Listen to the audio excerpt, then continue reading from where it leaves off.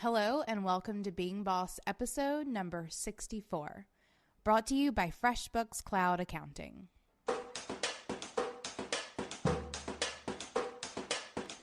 Being boss in work and life is being in it. It's being who we are, doing the work, breaking some rules, and even though we each have to do it on our own, being boss is knowing we're in it together. I am really excited to be talking today to Nathan Barry. Nathan Barry has been a guy that I've followed online for a really long time, super smart about a lot of things. These days, he's focusing on an email marketing platform called Convertkit, and we just all switched our email marketing over to Convertkit. We're really excited to jam with him on all things email marketing. One of the things that Emily and I have been focusing on a lot lately are systems. And as someone who is kind of systems adverse, I like just flying by the seat of my pants.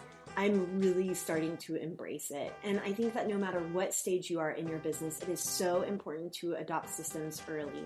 And there's so many platforms there to help you do that.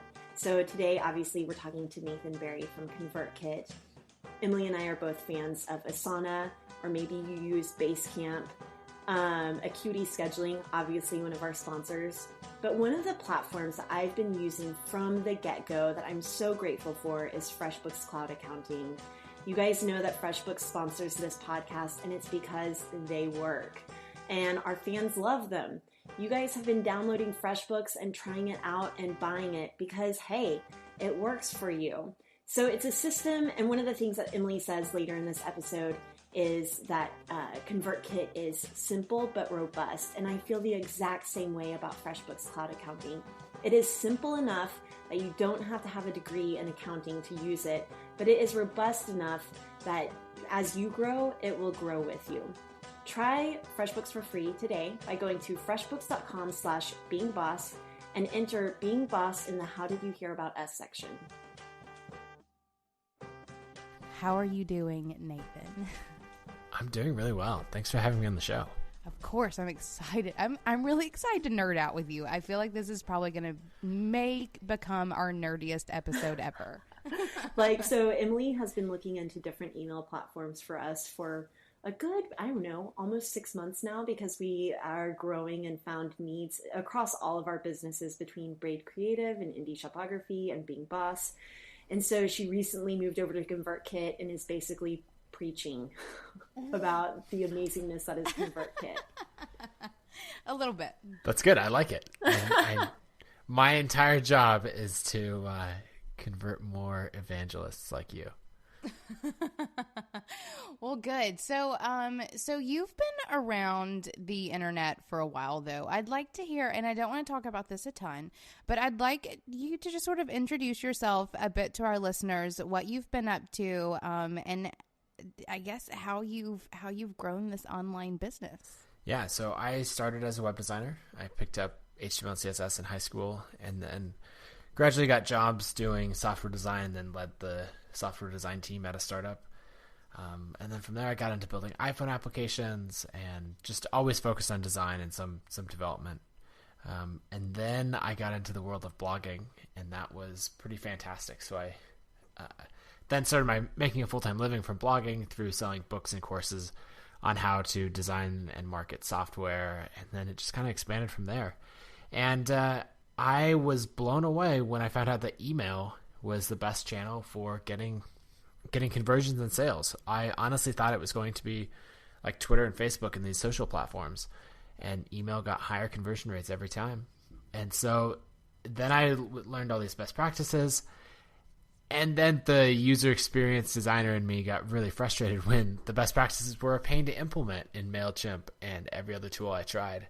And so I said, all right, I can do this better. And I started Convertkit, which is an email marketing platform specifically for professional bloggers and creators, people like me who are trying to build a large list and then sell products to them. And so that was 3 years ago, and now we've got a team of 13 people, and we just passed 3,000 customers, and world domination is next on the horizon. Including, I want to mention our buddy Val Geisler, who is pretty much one of our boss girlfriends, is on your team now as well. And I think a lot of our listeners are already fans of hers. So yeah, Val is amazing. People. You hire good people.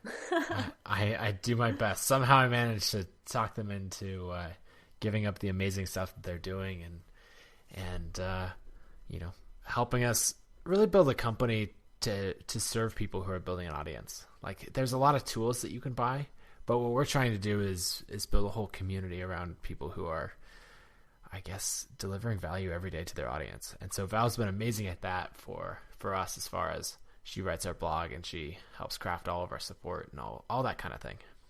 Yeah, Val's a lot of fun. And whenever she told me she was working with you, I got really nerdy about that as well. So we actually share a friend.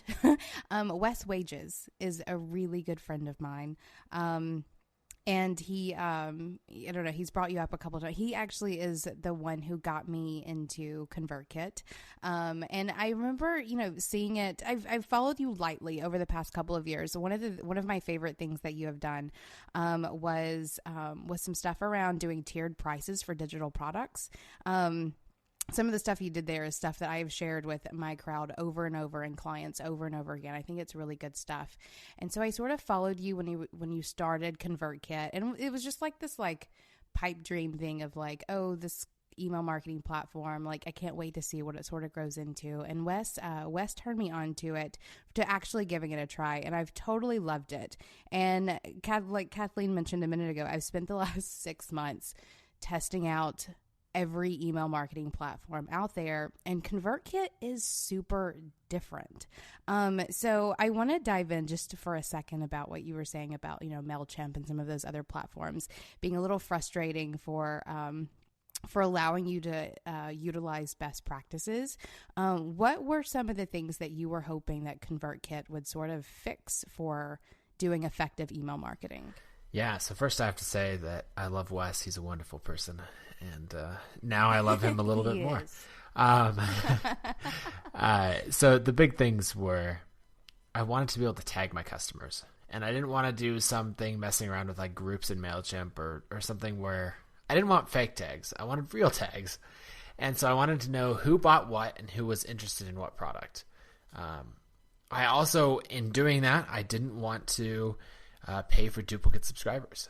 So when I asked the MailChimp and Aweber teams of how to do this, they said, oh, you create more lists. And I was like, sweet, let me create more lists. And then I realized, wait a second, I see how this benefits you. I would have all these different lists. And at the time, my list was about 8,000 people. And somehow MailChimp was telling me that I had 15,000 people. And I was like, it's 8, God. And then that's when I realized that they were double charging for every duplicate subscriber. So I was like, oh, this isn't going to work. Because then I couldn't even send one email just to the unique subscribers. It was a mess. I was always exporting and importing, and it was a disaster. So those are two big ones. Another one was content upgrades.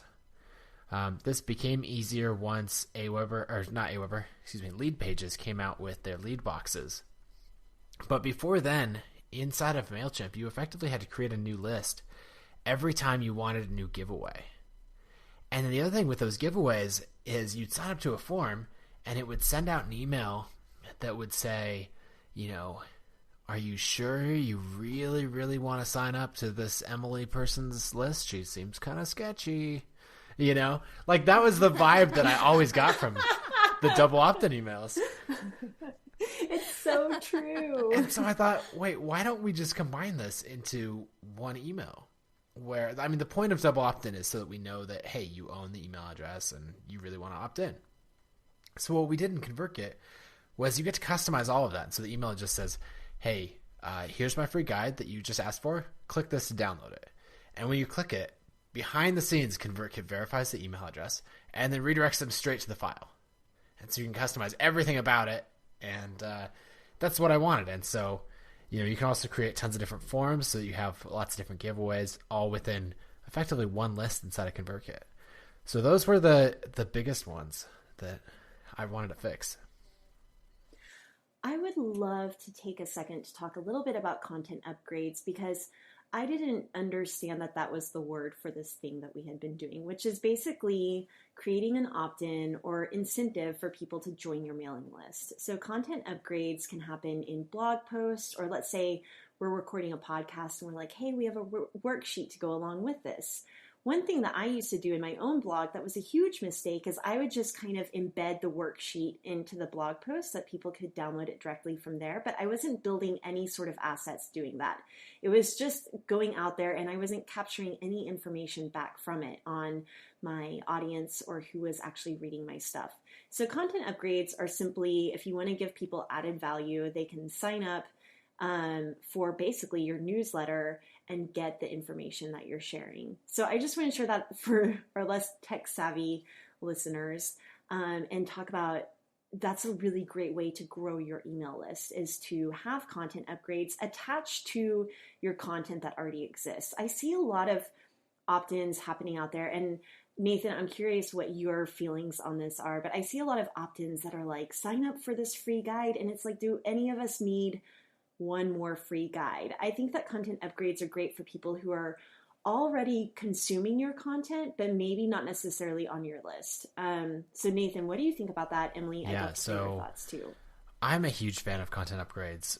One, purely from a marketing and numbers side. Like we had a customer who went back and to their top 15 posts and switched out all the, hey, sign up for our newsletter type call to actions to a content upgrade that was really specific. So like one example from my side is I wrote a post on, I think it was 7 methods for, designing more beautiful blog posts, better graphics for your blog.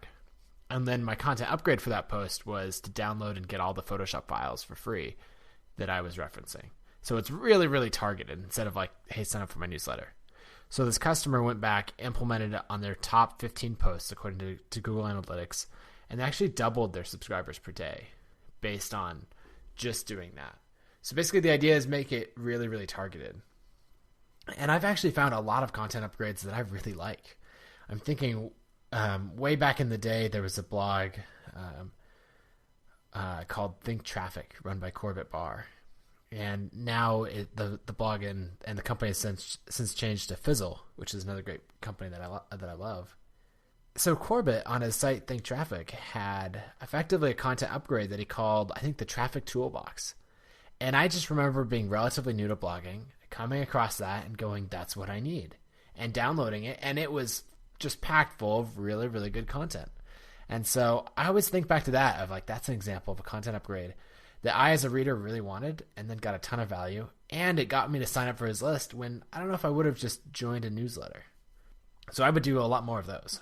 I love content upgrades as well. I think you're both spot on multiple fronts. And I really like what you said, Kathleen, a minute ago about, it's not content that you're just going to like throw out there. Like this is not your main opt-in. It's not something that's really going to like pull in a dream customer per se, but it is a piece of content that goes along with content you're already sharing. So people are already consuming your content. They're already in your blog posts and you're just sort of giving them a little bit extra.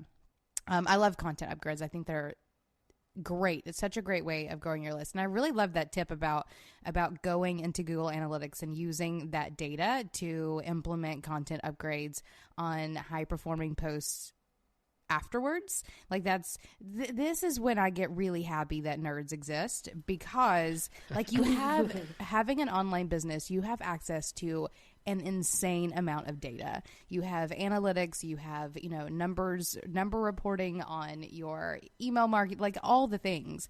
And going in and using that to your advantage is why online businesses are such an awesome and like, I think fast growing thing. You just have to use it. I want to talk for a second though about like, wait, can I jump in real quick on that too? Go for it. So one of the things I like too about going to your old posts and looking at the top 15 is that so many times as content creators, especially if you've been in the game as long as we have and you have 5, 6, 7, 10 years worth of content, you've got a lot of good stuff that you've written that you're not really leveraging. So one good thing about going into those old posts and creating content upgrades is you can probably even repost them. And so change the date, delete the old post, repost it again, or throw those posts into your Edgar account, which is a great library. And you guys have listened to our episode with Laura Broder from Edgar, and we'll be sure to include that in the show notes. But you can throw those posts into your social media channels and really push them that way as well. So that way you're really leveraging old stuff that you've already poured so much time and energy into creating. Agreed. I like that. Okay, now I want to jump really quickly to value of things like content upgrades or opt-ins, because you hear these numbers often, like your opt-in should be worth $100 or something like that in order to make it worth a subscriber to subscribe. And even you a second ago, or Nathan, were talking about the Think Traffic one, and I had totally forgotten that it was Corbett who did Think Traffic. Like, that totally went over my head until you said that. But I want to talk about value. Like, how valuable should the content that you are asking people to opt in for be? Yeah, so I would say it's a sliding scale. There's no set rule. I like the $100 idea because then it anchors it high and you're trying to make it good. I would just say if you're not getting good results with your opt-in incentive or your content upgrade, look at how valuable it is. Like, did you just throw together a PDF and is that it? Or did you actually put real value into it? So if you're getting great results with what you're doing now, that's fantastic. Just get out there and promote it even more. But if the conversion rates are super low, on your posts, if you're only getting 1% or 1.5% of people who come to your post to opt in, maybe take a hard look at what you're offering and see if you could up the ante there. Could you make it more valuable? Love that. I also, one of my favorite things about Convertkit is that you do have your conversion percentages on your little form thumbnails, which is another piece of that data that, as you are running an online business, is really important. I remember working in retail back in the day, when they would use like sensors at the front door and their point of sale system to calculate conversion rates for how many people were coming in and actually buying, and those were rates that you based your performance on, like through the day or week. It was really imperative to meet those goals, and a lot of people don't think about how those things translate to doing business online, but using tools like Convertkit and Google Analytics and all those things. Like, you can set those sort of bars for yourself and work towards them to keep things high converting, keep your content valuable so that people want to keep coming back for what you're putting out. Totally. And I actually used to ask people a lot where if I saw that they had a MailChimp form on their site or something, I just, hey, what's the conversion rate on that? And they'd always go, oh, it's, and nobody knew because like you can set it up and everyone has Google Analytics installed, but no one has Google Analytics set up correctly. Like, we don't even have Google Analytics set up correctly. It's just, nobody does that. And so what I realized at that point is the only thing that matters is what tools and stats you give people by default. There's all these best practices that they can set up, but it's the defaults that matter. And so that's why we built conversion tracking into every single form in Convertkit just by default, so you don't have to do any work. Another thing that's made a big difference is if you think about the opt-in forms on your site. If you're focused on email, which I think you should be, but I'm a little bit biased, you're going to have a few email opt-in forms on your site, and there's going to be a lot of real estate, like prime real estate, dedicated to getting people to opt in. Well, so I'm reading your blog, I like your content, I opt in, and then I come back and I read another post, a couple days later, and you're saying like, Nathan, opt into my email list. And it's like, I already did. Why are you pitching me a call to action for an action that I've already taken?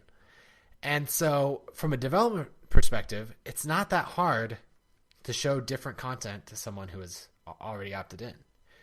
Like to pitch them on, buying a book or downloading something else or learning more. But nobody implements this on their own because nobody wants to hire a developer to do a day's worth of work for it.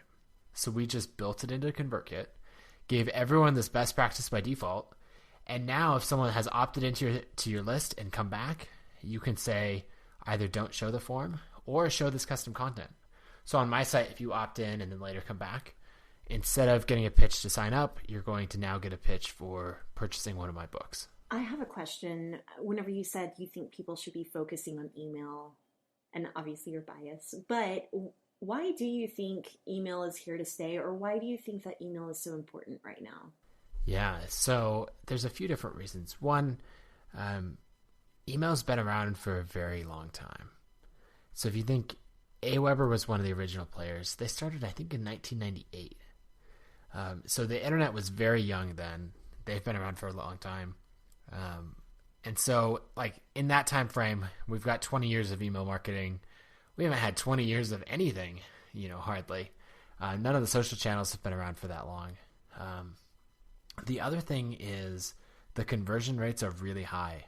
So I worked with the team over at Gumroad, which is an e-commerce platform that I love, to get all of their conversion stats for if someone comes from YouTube or Twitter or Facebook or any of these places, how likely are they to convert versus email.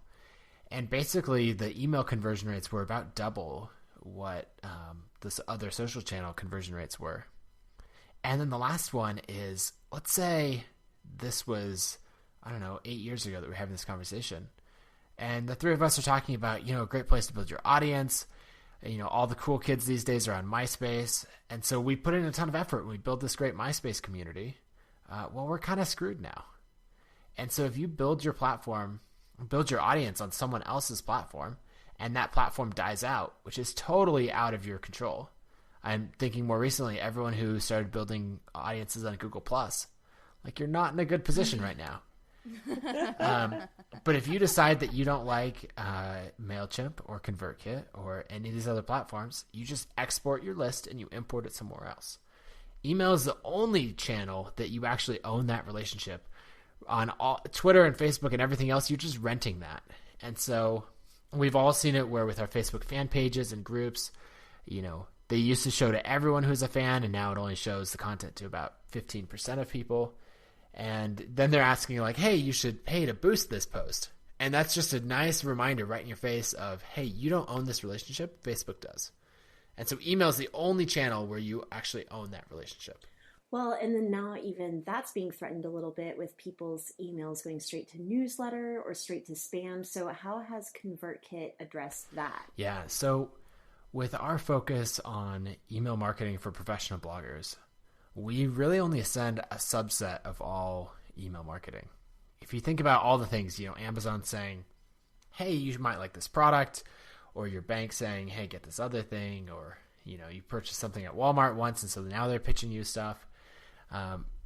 That's all email marketing. And so average email marketing open rates are in the 1 to 5% range. And if you have a 1 to 5% open rate on ConvertKit, we're going to kick you off the platform. That's not cool. And the reason is because we only send really high quality content. I like to use a blogger, Leo Babauta from Zen Habits as an example. Love him. He's fantastic. If someone opts into his list, it's because they want to receive his emails. Whereas if one of these big e-commerce shops, starts sending you emails, it's probably because you just bought something once and not because you want to consume every bit of content that Leo puts out. And so our open rates, because we only send, really content, are radically higher. Most things range in the 25 to 65% open rates. And so we get far better deliverability of that because we only send the high quality email. So that's helped us a lot to stay out of the promotions tab. Gmail is going to continue pushing more and more email that way because they get to brand it with ads if they do that. But so it's a constant thing, but that's how we keep, the majority of our emails in the inbox. Ooh, in this episode, we're throwing some email marketing truths your way, and for good reason. I'm right there with online business veteran Nathan with the importance that email marketing should play a huge role in your business. And I also know, both as a boss myself, but also in coaching other creatives to operate their own biz online, that time to set up all the forms, send the regular emails, and employing advanced email marketing magic like content upgrades and drip content can be hard to come by. How do you do it? How do you find the time to do all the things? Well, I use Acuity Scheduling. I do. I use Acuity Scheduling to make time in my business. When your calendar is properly wrangled with clients booking on their own, email responders being automatic, and the ability to block off time in your calendar that's set aside for working on your business and not in it, then you are able to take being boss to the next level. Schedule clients without sacrificing your soul. Sign up for a free 60-day trial of Scheduling Sanity at acuityscheduling.com/beingboss. Now, let's get back at it. Okay, I've got another question. And this question is for a lot of our listeners who might be new to starting a list. And I've heard this personally from a lot of people in our Facebook group. And this is something that even Emily and I were talking about. We recorded a secret episode that's available only for our Being Boss Clubhouse members, all about everything we know about email. And so in there, someone was asking, how do I really take advantage of my list if it's only 10 people? And we think that there's strengths to that, but I'm curious to hear your thoughts, Nathan, on managing a list and even kind of sales tactics for if you have a really small list, let's say 0 to even 500, and if you have a really in-between list, and then maybe a really large list, like 10,000 plus. Yeah, so the smaller the list is, the more engagement you can have with each person. So I would email all of them personally if it's under, say, 30, 40 people, and you should know something about them. You could look up each of their sites, you could learn about them, and just ask them, hey, what are you hoping to learn from me? You can have those conversations, and that's really a huge advantage that you can't do at a much larger scale. I want to say that it was Chris Gillibo who, oh man, it might have been up to 1,000, though knowing Chris and how crazy he is, it was probably up to like 10,000 subscribers, where he personally emailed every single person who joined his list, just to have that conversation and to know what they were hoping to learn from him and what they're hoping to get out of it. Because otherwise, you want that. You want it to be a personal connection. You really want to serve these people. So the smaller the list is, the easier that is.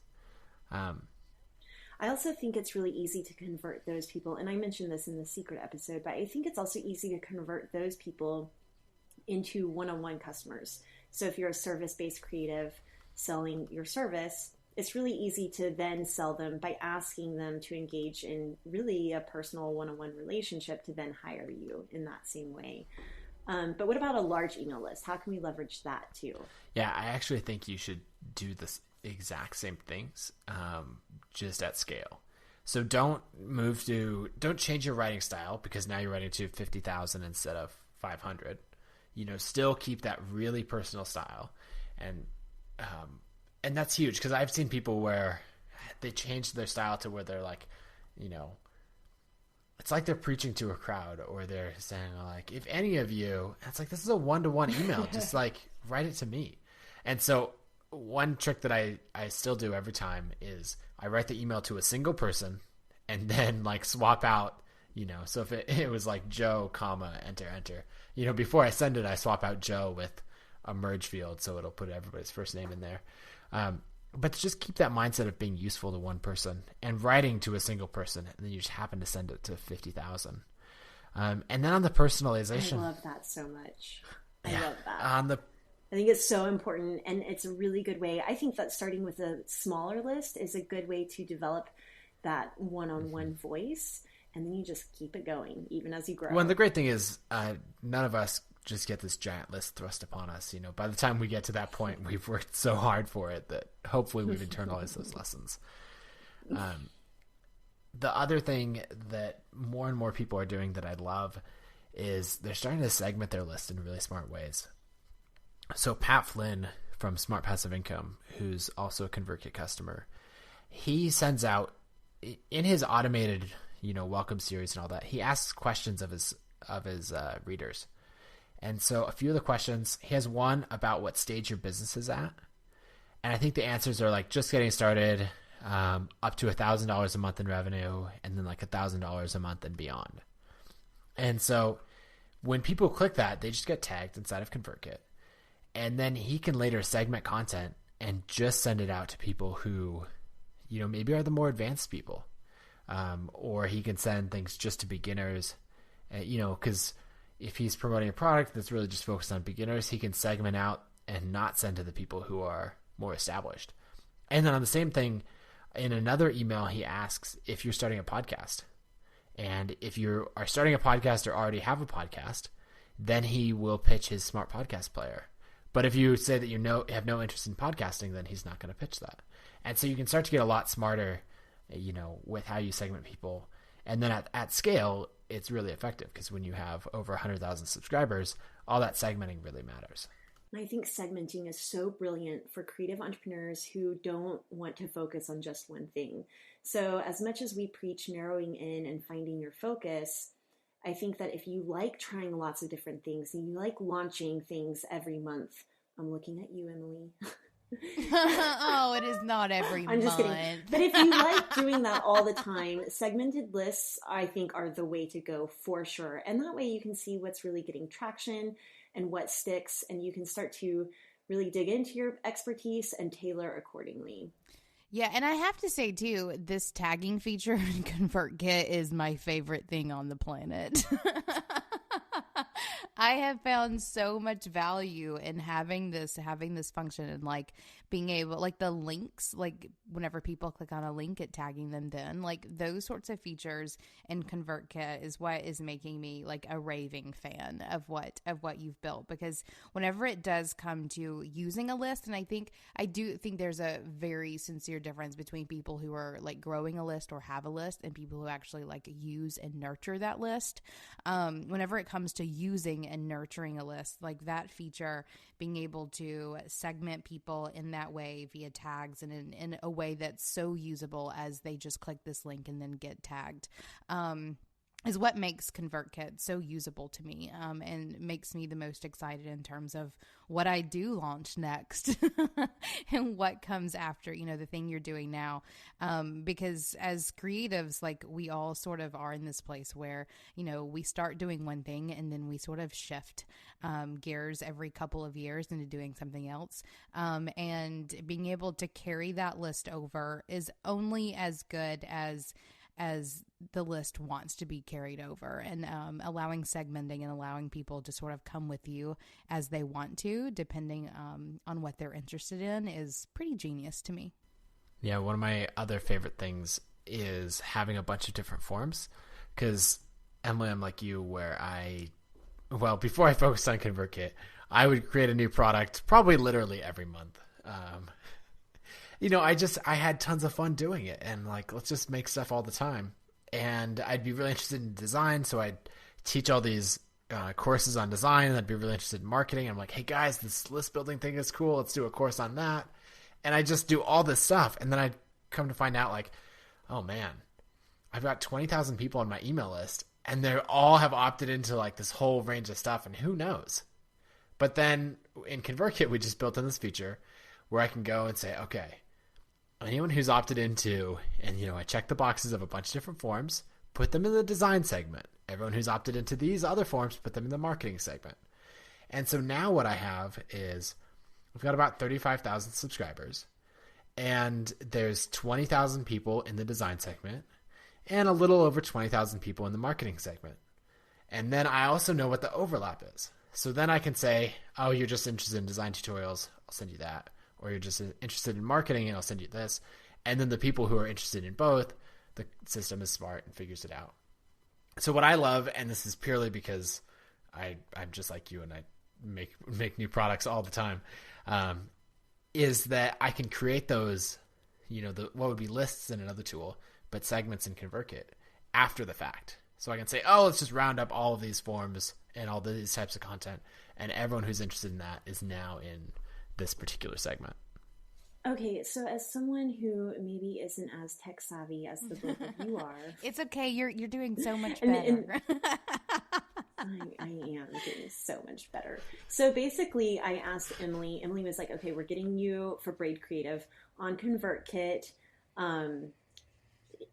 So I actually was like, can you do it for me to Emily? But my question is, now that I'm seeing all the segmenting and tagging and I am embracing technology these days, I was wondering if ConvertKit has some sort of like training or videos once you sign up. Is there a way to learn best practices for segmenting people, or really how to get the most out of your platform? And this is something Emily talks about all the time. Like, a platform is only as good as the amount that you use it, right? And so let's say you sign up for ConvertKit and do nothing with it. Like, is there a way to just learn more about how segmenting works and why, kind of like the theory behind why you should do it? Yeah, so we have a knowledge base that we're adding to every single week. I think we actually added 2 articles to it already today.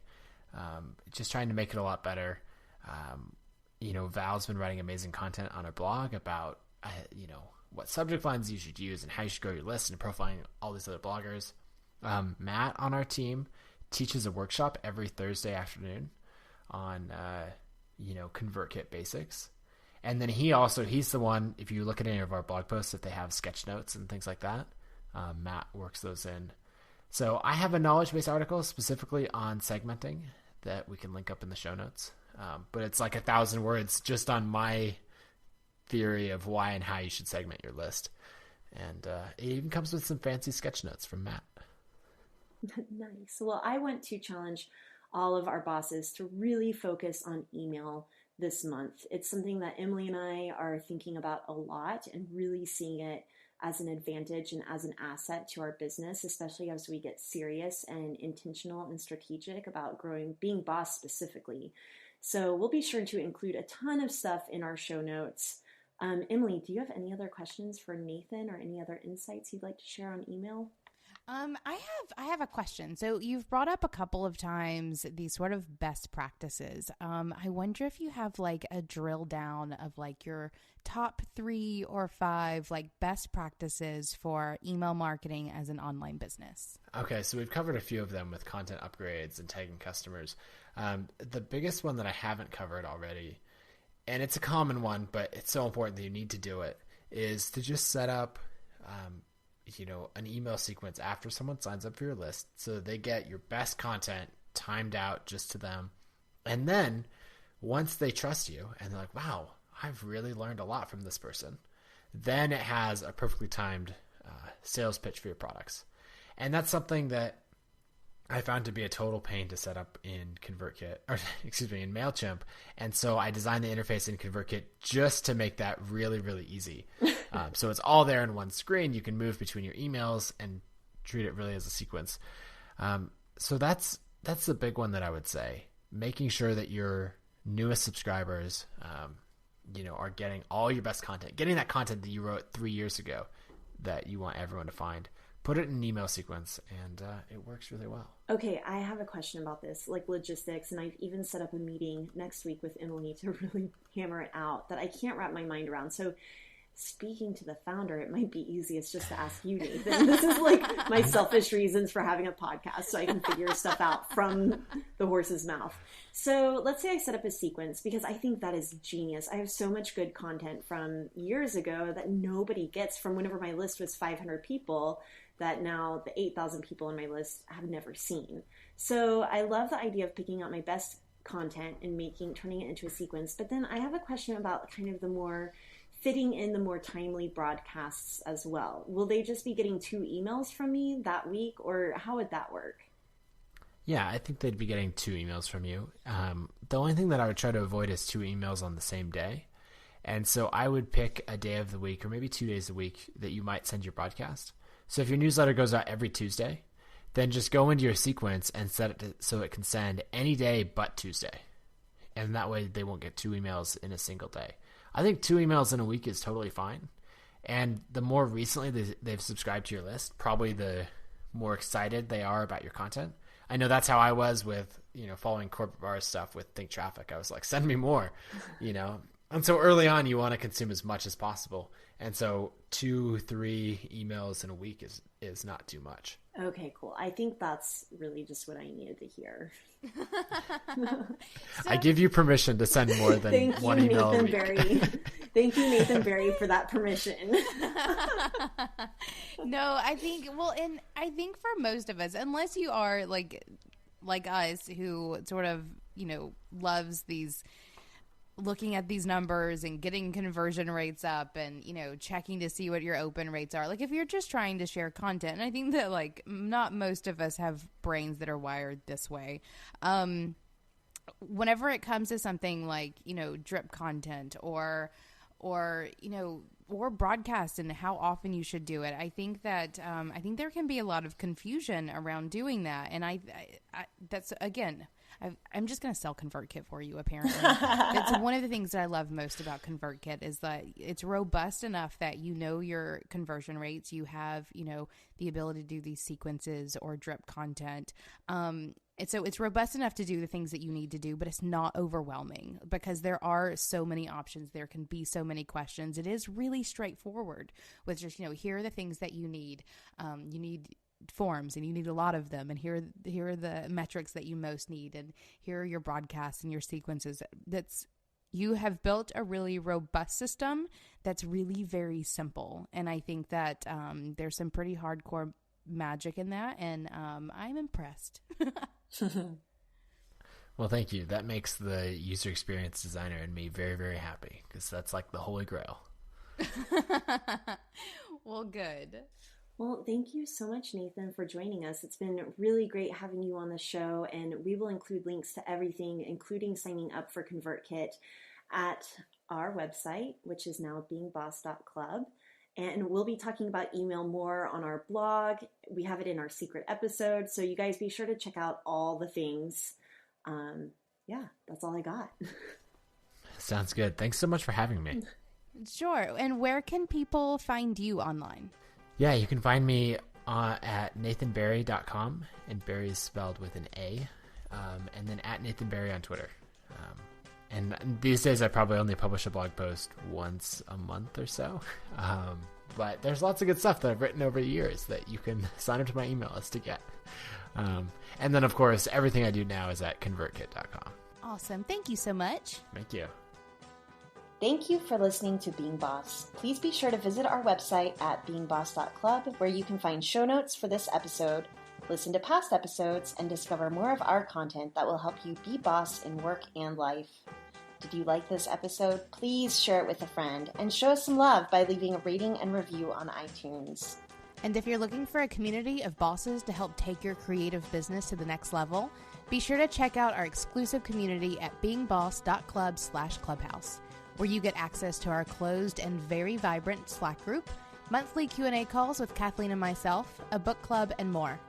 Cultivate your tribe and find your wolf pack at beingboss.club/clubhouse. Do the work, be boss, and we'll see you next week.